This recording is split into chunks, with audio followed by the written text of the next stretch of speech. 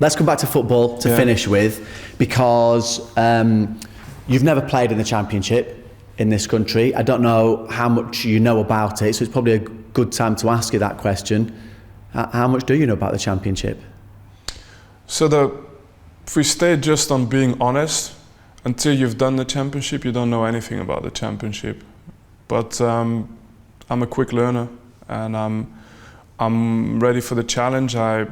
I'm completely also ready to admit what I don't know, so I'm surrounded by people who do know, and make sure that I learn quickly, and then that's just a matter of time. We'll have the same interview in 3 months' time, and it'll be different. And in terms of, I mean, as I was going to say as things stand, but we're sitting down obviously, but we're just at the edge of Brussels at the moment. So when can you get across there to actually get your hands on Burnley Football Club, as it were? Hopefully 3-4 days before pre-season I'll be there, and obviously with the pre-season, we had a chance to map out the training sessions and what we want to get done in pre-season, but it's different now in the sense, of course, everybody was waiting on organizing pre-season games and training camps, so all of this is going a little bit last minute, but it's normal. It's part of what happens in a transition phase. But we'll be ready to go in pre-season and work towards that goal I mentioned before. And in terms of transfers, squad development, where are you with that? What can you tell us?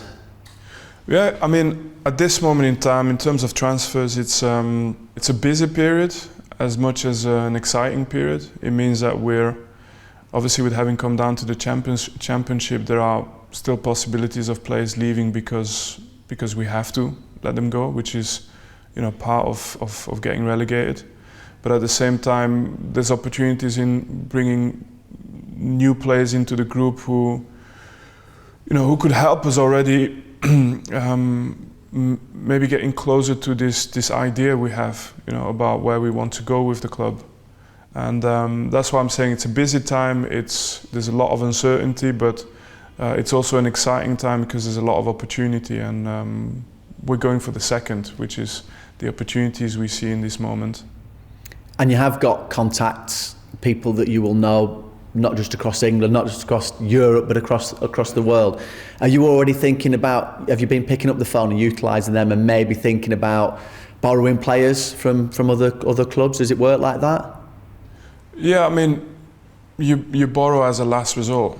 You borrow if you don't have the funds available to bring in the quality that you want, and if there's a position where you have an immediate need to bring in a player to help you. So, borrowing is something you do in the last resort. I think our main idea is to see if we can find players who are willing to stay longer at the club, to develop them as well, because the budgets we're in will not allow us to probably bring in the seasoned guys who are, but also nor do we need to. We want to bring in players who are able to commit for a bit of a longer period to the club, and maybe create and add value to the club when other teams come and take them from us. And then in the end, like I said, it's something that I'm quite familiar with, because when I was back in Belgium, the only type of deals we used to have to make were, these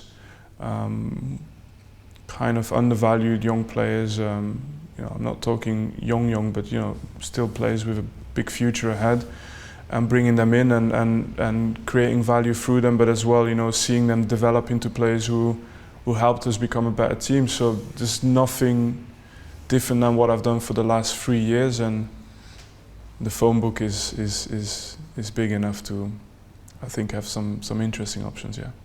Good man. Thank you for this, and good luck. Thank you.